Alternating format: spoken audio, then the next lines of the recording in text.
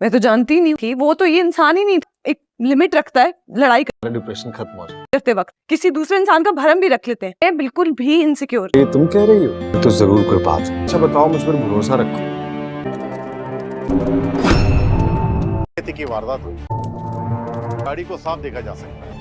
तुम अंदर जाओ, मैं बात करता हूँ। दोस्तों ड्रामा सीरियल जमा तकसीम जिसमें आप लोग देखने वाले हैं, ये ड्रामा बहुत ही इंटरेस्टिंग बन चुका है। केस के चेहरे पर भी अब खुशी लौट आई है क्योंकि उसके वालिदैन घर में आ चुके हैं। यहाँ पर एक तरफ केस के वालिदैन हो गए और दूसरी तरफ लैला के घर वाले। वही दोबारा से झगड़ा स्टार्ट हो जाएगा, लेकिन इस बार केस के वालिदैन खामोश नहीं रहेंगे क्योंकि वो उनके बारे में काफ़ी सारी बातें करते हैं। केस के वालिदैन यहाँ पर रहने आते हैं क्योंकि लैला के घर वाले तो पहले ही इस घर में रह रहे थे, तो दोस्तों वो बिल्कुल बर्दाश्त नहीं करते कुछ भी बातें। वहीं दूसरी तरफ लैला को भी जॉब मिल जाती है, वो घर के काम कम ही करती है क्योंकि वो अपनी जॉब में मसरूफ होगी।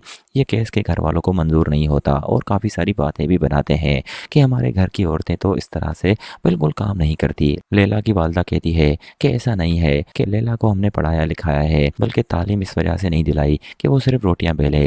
दोस्तों ये सब कहकर केस के वालिदैन का मुंह ही उतर जाता है। वहीं दूसरी तरफ आपको ये भी दिखाया जाएगा कि जब केस घर आता है तो अपने वालिदैन को देखकर बहुत खुश होगा। अब उसकी ज़िंदगी में दुख ख़त्म हो चुके हैं और खुशियाँ लौट आई है, लेकिन साथ साथ उसे पता नहीं है कि घर में कौन से मामला चल रहे हैं। वहीं दूसरी तरफ दोस्तों आपको ये भी दिखाया जाएगा कि हमीद और मजीद भाई को भी बिजनेस में काफ़ी नुकसान होगा। जब मजीद और हमीद भाई को पता चलेगा कि इस बाबा को अपने घर ले गया है तो दोस्तों वहाँ उसे मिलने भी आएंगे। केस का वालिद उनसे नहीं मिलेगा। यहाँ पर केस तो नाराज़ होकर गया था, लेकिन लड़ झगड़ कर नहीं। हमीद भाई तो लड़ झगड़ कर गया था, तो दोस्तों उससे तो वो कभी भी नहीं मिलेगा। यहाँ पर आहिस्ता आहिस्ता लैला तो पूरी कोशिश कर रही है कि किसी तरह केस के वालिदैन को इम्प्रेस करे, लेकिन घर में फिर भी कहीं से झगड़ा हो ही जाएगा।